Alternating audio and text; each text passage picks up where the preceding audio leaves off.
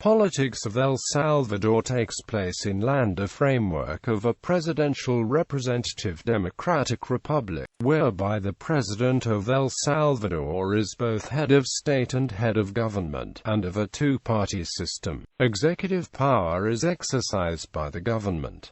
Legislative power is vested in both the government and the Legislative Assembly. The judiciary is independent of the executive and the legislature. Political culture. El Salvador has a multi-party system. Two political parties, the Nationalist Republican Alliance and the Farabundo Marti National Liberation Front, have tended to dominate elections. Arena candidates won 4 consecutive presidential elections until the election of Mauricio Funes of the FMLN in March 2009. Geographically, the departments of the Central Region, especially the capital and the coastal regions, known as Departamentos Rojos, or red departments, are relatively leftist. The Departamentos Azules, or blue departments in the east, western and highland regions, are relatively conservative. Executive branch. El Salvador elects its head of state, the President of El Salvador, directly through a fixed-date general election whose winner is decided by absolute majority. If an absolute majority is not achieved by any candidate in the first round of a presidential election, then a runoff pool election is conducted 30 days later between the two candidates who obtained the most votes in the first round.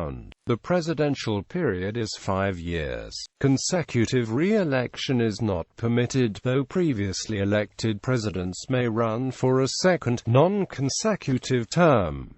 Legislative branch. Salvadorans also elect a single-chamber, unicameral national legislature, the Legislative Assembly of El Salvador, of 84 members elected by closed-list proportional representation for 3-year terms, with the possibility of immediate re-election. 20 of the 84 seats in the Legislative Assembly are elected on the basis of a single national constituency. The remaining 64 are elected in 14 multi-member constituencies.